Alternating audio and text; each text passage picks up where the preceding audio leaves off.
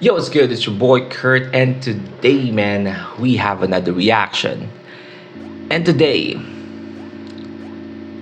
we are finally doing this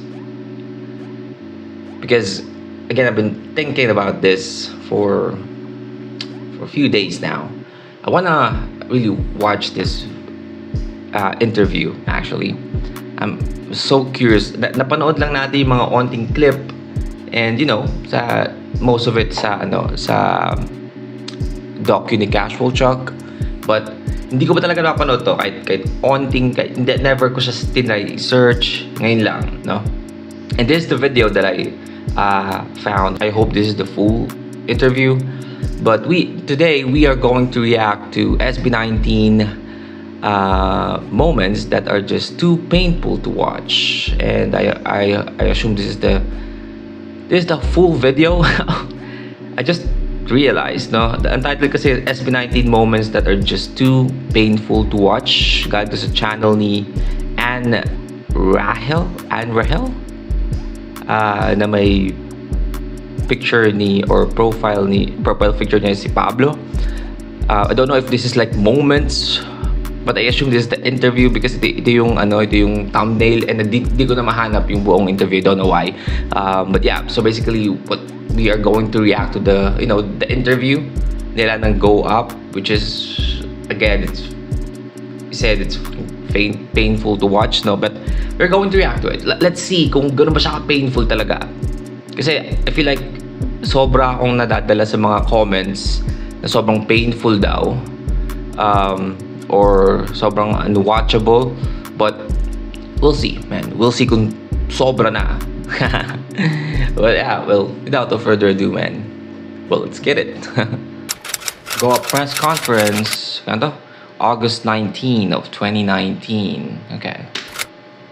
Pero kanina pa ako bothered. Ano ba yan, Stel? Ano ba yung ayos mo na yan? Talagang style yan o ano?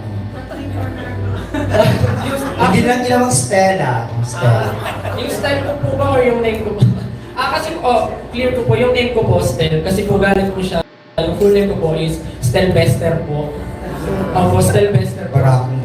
Opo, kasi po yung mama ko po, idol niya po si Sylvester Stallone. Kaya doon niya po pinasa yung name ko po. Oh. Which is a valid, no?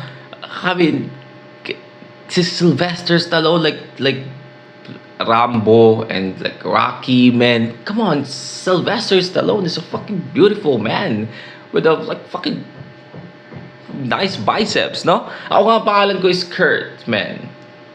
Kung di nyo alam, I mean, full first name ko is Kurt Russell. Kasi idol ng mama ko si Kurt Russell na artista, no? So doon galing yung pangalan ko.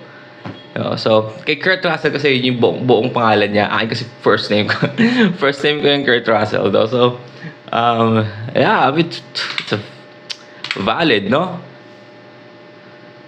Kahit ako siguro kung nandun ako sa era na yun, tapos sikat si Sylvester Stallone, baka yung ginawa kong pangalan ng anak ko Po is Stel Bester po. Opo, Stel Bester po. Barakong. Opo, kasi po yung mama ko po, idol niya po si Sylvester Stallone. Unang-una, nakapansin natin, tinitira yung, napanood na natin to actually, napanood natin to yung clip na to, sa Casual Chuck docu, yung sabi na, ano ba yung ayos mo, di ba? Hindi lang, na magaling lang si Stel mag-deflect, no? Kasi parang, pinupoint out doon na, ano ba, Stella, ba't ganyan yung ayos mo, parang, kumbaga parang sinasabi niya na baduy or parang cringy. Ganun yung gusto sabihin Alam mo na di ba? Hindi parang kailangan paligoy-ligoy pa. Alam kong alam nila na yun yung gusto sabihin, pero magaling lang mag-deflect para hindi siya maging awkward yung interview, right? And kalimutan ko yung pangalan na ito kung sino to pero ito yung di ba? Ito ba yung hindi yung na RIP yung dito nagpo-push siya sa isang grupo. Nakalimutan ko yung isang grupo Hindi kasi memorable yung grupo na yun. Hirap talaga kalalahanin pag hindi sumikat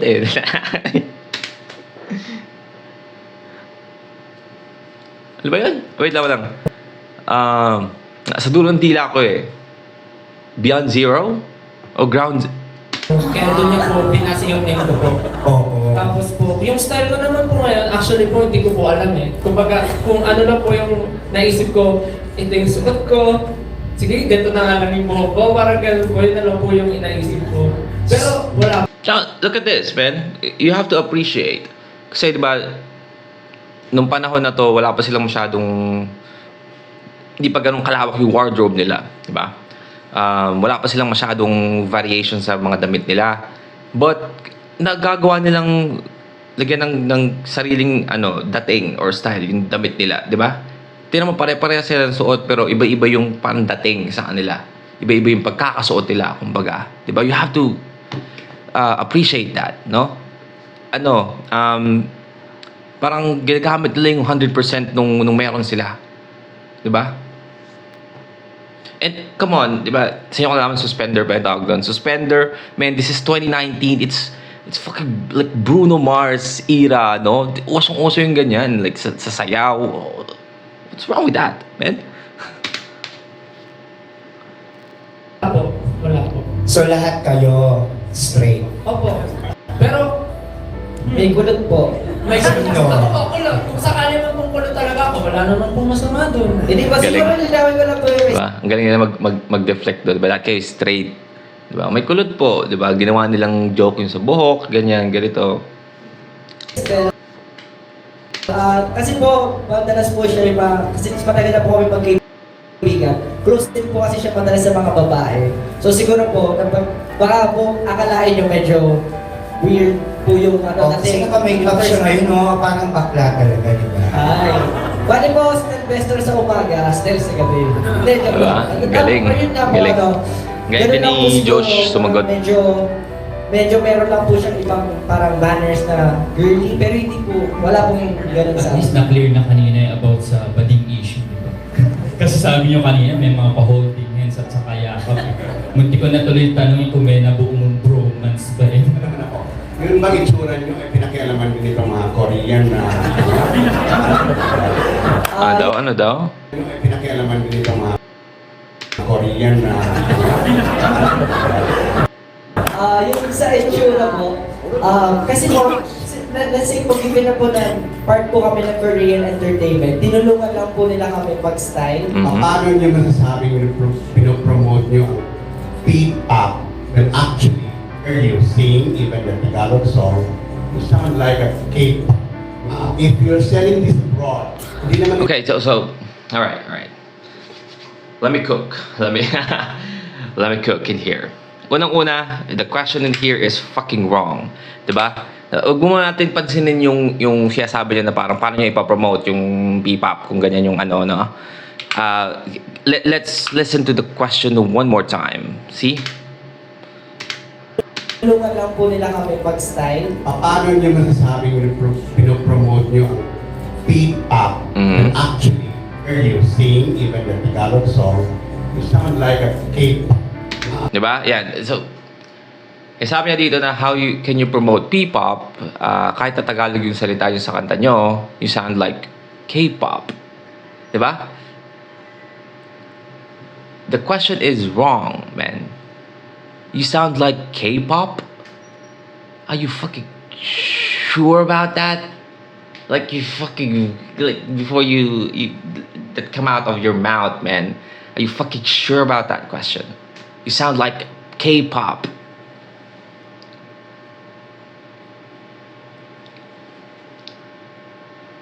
Again, we already explained this to this channel, but I don't know why or paano nila naiisip na yung tunog ng K-pop original sa K-pop. Eh, gusto kong tanongin.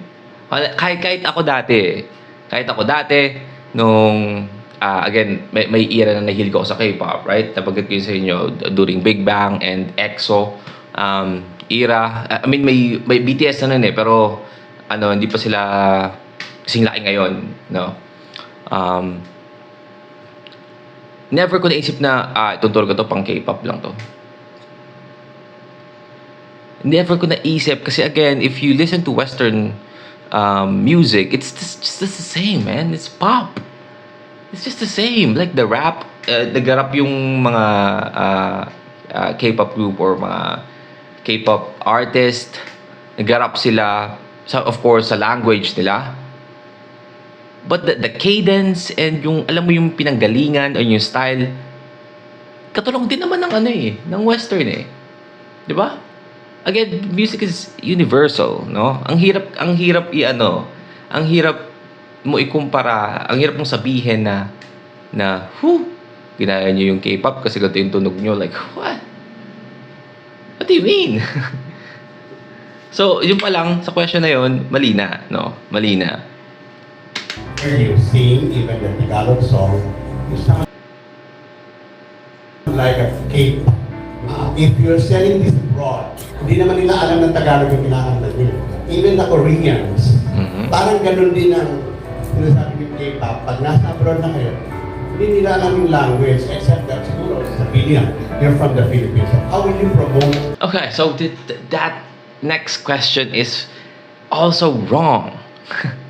Yung question ay mali, no? So sinasabi niya dito, dahil Tagalog yung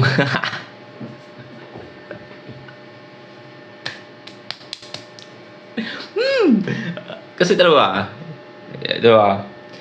sobrang mali niya kasi paano niya ipopromote yung P-pop kasi kung Tagalog yung yung lyrics nyo, papapakinggan nyo ng mga foreign, hindi naman malaman ng Tagalog yan.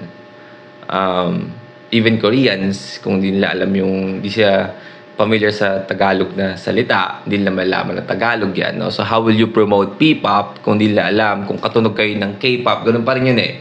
Ganun pa rin yung sasabihin eh. Parang sinasabi niya, yung mga nasa Western, hindi nila ma-differentiate kung ano yung sinasabi mo, kung K-pop ka ba or P-pop ka ba. Like, are you fucking out of your mind? Unang-una, the way magsalita yung Tagalog and Korean is sobrang magkaiba. I mean, ako alam ko yung pinagkaiba ng kahit ano, pag binigyan mo ako, kahit nga yung ano nila, yung writings nila eh. Or yung pag nanood ako ng series, alam ko pinagkaiba ng Japanese, ng the Korean, and the Chinese, man. Sobrang laki ng pinagkaiba in the way of the nagpo-pronounce, yung salita. Kahit hindi ko alam yung salita nila. So, binabasa ko lang yung pronunciation, yung paano sila mag-react. Diba? Iba yung reaction nila. Yung ayokong gumaya. Ano sana ako bibig sa example, pero ayoko nang ano. Diba? Magkaiba eh. Diba? And yung Tagalog is sobrang ibang-iba yung tunog natin sa tunog nila. Alam nyo ba yun? So yung pa lang, alam mo na iba. Diba? Like, how you listen to Indian music. Diba? Kahit humanap ka ng kahit sinong tatay dyan, yung mga tatay na hindi nakikinig ng K-pop, walang idea sa tulog ng K-pop, parinig mo sa kanila yung Indian and yung K-pop na lyrics, alam ng tatay na yon o ng mama na yon na hindi sila parehas o hindi sila magkaparehas na bansa. Diba? Kasi sobrang iba yung tunog ng pagkakasalita. Sa ano naman, yung sa tunog ng kanta mismo, ng music, hindi mo pwedeng sabihin na magkaparehas kasi magkaparehas ng tunog because it's music. Yun yung punto dun eh. It's fucking music. Diba? Meron naman tayong mga kanta ng English na like gawa ni maybe Sarah G. Man, Sarah G is like anong title ni Sarah G nga ulit? Alimutan ko. Basta, meron siya mga English na kanta, di ba? Eh, meron din namang mga ballad na English na female singer yung kumanta sa ibang bansa na same lang naman. Same ng genre, same ng tunog, di ba? So, what are we doing this? What are we doing here? What I mean, what the fuck? K-pop. Sound like a K-pop group. Honestly po, yung music po kasi namin, Okay, yeah. Sorry. Okay. There's magandang rebut to ni Pablo, no? Pablo actually cook in here, no? Like, you have to listen. I feel like yung explanation ni Pablo is mas maganda kaysa sa pag-yapping ko, no? Honestly po, yung music po kasi namin, galing po talaga sa isang Korean producer. Mhm. Pero po, kasama po kami talaga sa music production. Totoo po yan nung nagpunta po kami, lumipat po kami papuntang Korea. Nung nag-record kami, I was amazed and interested kasi po, yung producer ng kanta po, hinayaan niya lang po kami mag-record. Hindi niya po kami pinakalam kung gusto namin style. At the same time, ang ginagawa niya lang po, nag-give siya ng pointers para mas mapaganda pa natin yung gusto namin tulogan sa kanta namin. Humihingi rin po siya ng suggestion sa amin. For example, tinatanong niya kung mas maganda ba na mas mababa yung pitch dito or mas mataas yung pitch. Ito po yung sa K-pop side naman po na sinasabi ko na tunog kami K-pop. Yung K-pop po na genre, hindi naman po siya solely, wala naman po nagmanyari ng genre. Yung Yeah. K-pop din po,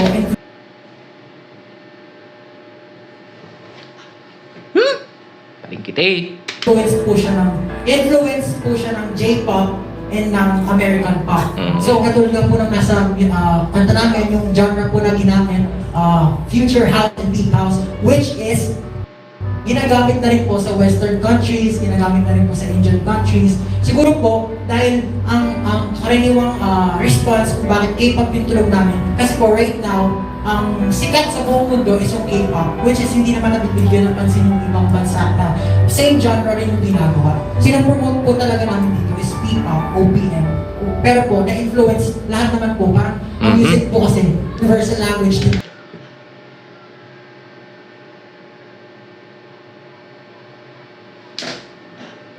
Kung walang Cool. kailangan ng certain genre.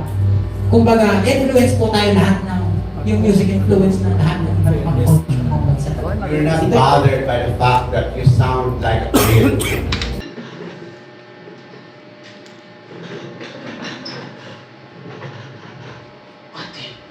What do you mean?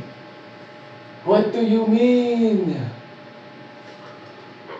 What do you...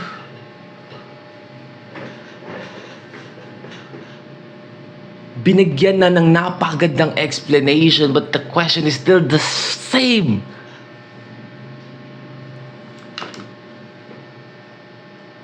The fuck?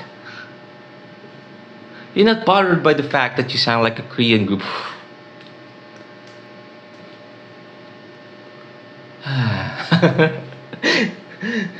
Ano ko tuloy yung yung meme ni Jackie Chan yung nakaganon. Like, come on, alam mo yun, nagbigay na ng explanation eh. Sinagot na yung question mo. Di ba? Very detailed, no?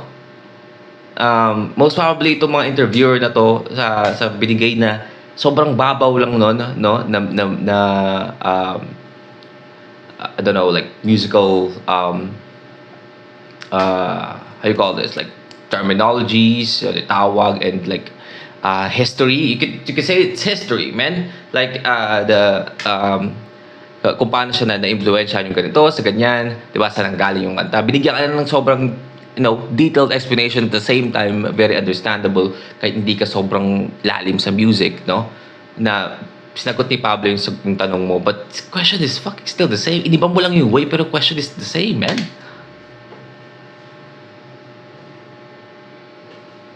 Hindi kayo napapakalat nun sa tunog nyo na hindi kayo Pilipino, kundi Korean. Hindi po kami nababother kasi po, sa totoo lang, Kasi ako bothered ako. Pero Pakialam namin sa'yo. Ano ba kasi pakialam namin sa'yo?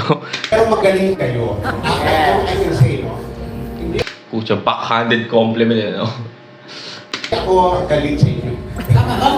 Parang bothered lang ako kasi parang promote nyo kasi the Korean sound. Ang galing nyo nga, mas magaling pa nga kayo sa pinuntahan ng press ko ng kabinet. Salamat po, salamat po. No. I'm honest. I'm shocked that I can listen to a Filipino group that can sing like a Korean. With Tagalog words, of course.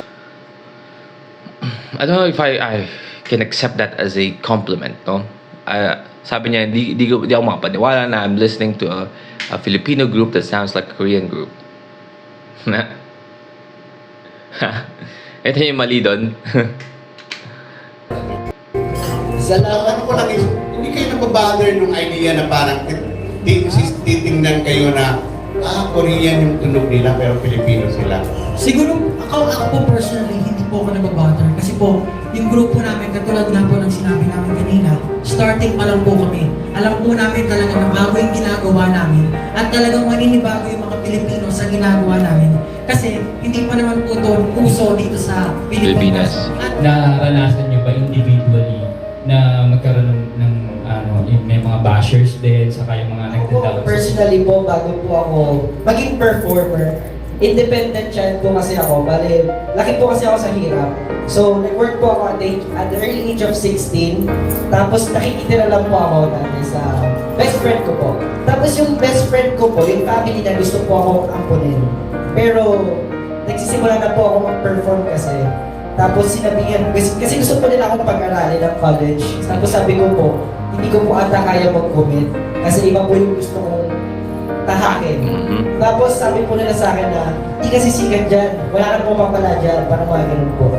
Pero, naniwala lang po ako sa sarili ko, kahit parang wala po akong kakampi, naniwala lang po ako na, itong ginagawa ko, basta magsusumikip ako, mararating ko rin to in the future. Tapos ito na Tanggap mo ba? Kasi eventually, di ba? Nakikita mo si Justin kasi eventually, iba yung tsura na kasi, di ba? Not to offend anyone. Meron kasi tinatawag na front runner ng grupo, di ba? Kahit ang yung grupo may, ay, ito yung pinakakwapo, ito yung sinusundan ng fans, ito yung tinitilian, tapos pinapanood, silang yung grupo pinapanood, minsan dahil lang din sa kanya, di ba?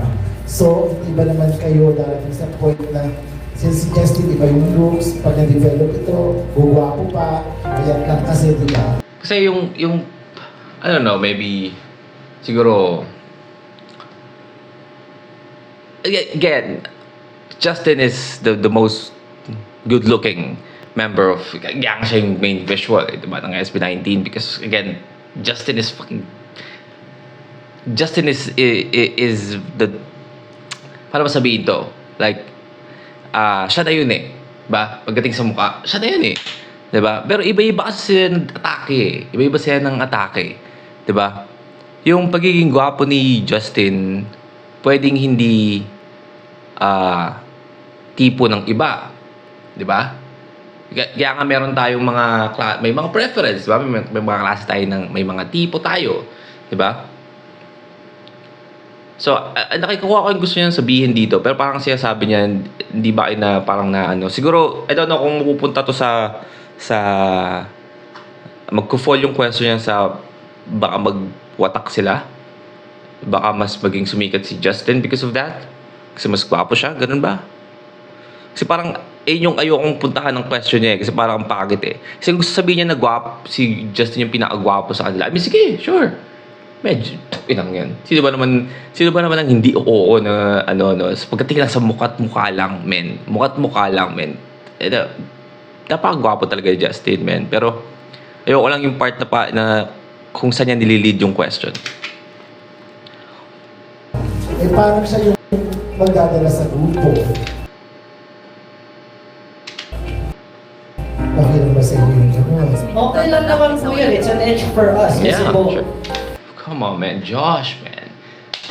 Yung mga answer ni Josh and ni Pablo dito is fucking, puro counter. Diba? Wala siya nag-boxing, man. Puro counter, man. Pak. Ang galing eh. Ang galing. parang success ng isa sa amin, success na po ng buong grupo. Mm. So, more exposure for Justin is more exposure for us. Mas makikilala po siya, mas makikilala lahat Yeah. kami. Wala pong iigitan sa amin. And yes po, kaya po rin kami ng grupo kasi kailangan po namin i-cover up yung mga pagkukulang weaknesses ng isa't isa. So parang, bari po si Stel, main vocal po siya. Bali, kaya niya pong i-cover yung mga weaknesses ng iba na, pare ako po, hindi po ako masyadong magaling kumanta, pero nako-cover up niya po yun. Kumbaga, meron po kaming roles, nagtutulungan po kami para mag-improve po kami. Gusto kong malaman, Wala. Napaka-humble ni Justin, di ba? Again, maybe because he's comparing kina-compare niya sarili niya kay Stel, di ba? I mean, kung compare natin boss ni ni Justin kay Stel. I mean, Stel talaga, 'di ba? Kaya nga siya yung main vocals eh. Pero magaling pa rin kumanta si Justin, 'di ba? Ako ikukumpara mo siya sa karamihan. Totoo sin, eh. Pero yeah, I get. Di ba, ang humble nga kumbaga, 'di ba? Kung hanggang saan kayo tatagal para ma-achieve yung goal nyo naman internationally na boy crew or makilala dito sa Pilipinas. Kasi as we all know, pagkatapos yun pa kasi after 5 years, nag-disband na, Well, nagkakaroon ng solo-solo career. well, nagawa nila yan. Nagawa nila mag-solo career, but they are still fucking SB19. Mas matatag pa kaysa nung panahon na to. No? Anong pananaw mo sa ganun? Hanggang kailan kayo? Actually po, in the span of 4 years na training po namin, marami na po talaga kami pinagdaanan. Hindi niyo po mai-imagine yung ibang pinagdaanan namin. Nandiyan na po lahat ng family problems, financial problems, o kahit po yung mga school problems. Kahit mga, kumbaga, alitan po sa grupo, nagkaroon na rin po, ng beses na rin po kami muntik mabuwag before pa po kami mag-release ng kanta. Pero, nandun na lang din po kasi yung parang pagmamahal po namin sa passion. Mhm. And siguro po, nag-uusap din po kami ng masinsinan po talaga kapag may problema po kami katindi. Well, though lalaki po kami na parang bihira po kasi yung parang ano ba, open mind, parang open Diba? Yung parang agad mag-open agad kasi lalaki, di ba? Ganun talaga kadalasan, no? May iba na pagkatapos ng ilang araw, tsaka lang nakapag-usap, pero yeah, I mean, normal naman yan. chat nga po sa lalaki, open forums, bihira po kasi yung mga ganun sa lalaki. Pero kami po, tinatry po namin i-practice na for the sake of every member, at least sabihin po namin na, ito mali yan, ito itama natin yan. Yung attitude mo na to, parang pinapaliwanag po namin sa isa't isa kung ano yung tama at mali. Kahit parang basta po kaya. Bukod po dun sa sinabi niya, bukod po sa passion and everything, mga ganyan. Kaya po namin sinimulan itong ginagawa namin yan kasi po masaya po kami. Unang-una sa lahat, yun po yung pinakamahalaga. Masaya po kami na ginagawa namin itong mag-perform on stage. Masaya kami na nakakapagpasaya ng mga tao. Masaya kami na magkakasama kami. Even mawala kami sa, if ever man na mabuhog kami, siguro pagpapatuloy pa rin namin yung path na nandun na kahit nagtatrabaho kami, mag-perform pa rin kami on stage kasi yun talaga yung gusto ng puso namin. Doon kami masaya. At piling ko, habang nabubuhay kami, mag-perform kami kung may opportunity na binibigyan sa amin. So ngayon, hindi na kayo ng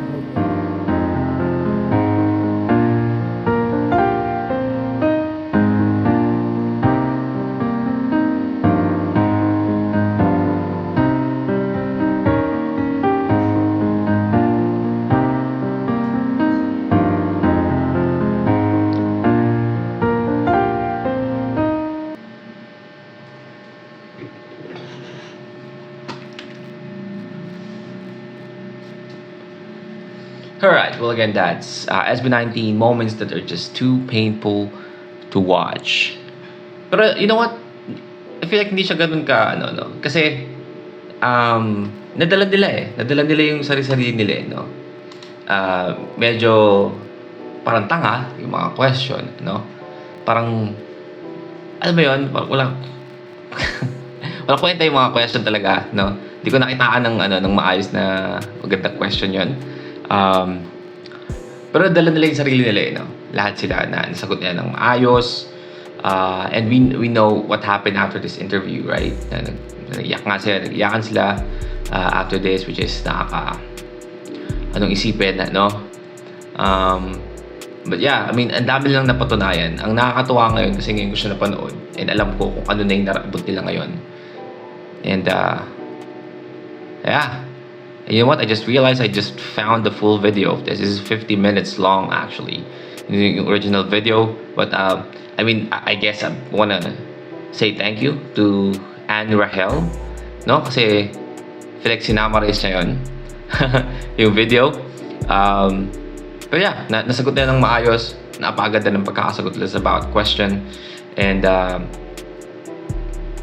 medyo nakaka-offend man sa kanila. I feel like ngayon yung mga nag-interview niyang papaisip sa mga question mismo nila, di ba? Sa kuning naabot na SB19. Kaya, Well, isa rin yung aral, no, na sa mga nangarap, I mean, umpisa talaga maraming hindi sasang-ayon o maraming kukwestiyon sa gusto mong gawin, no?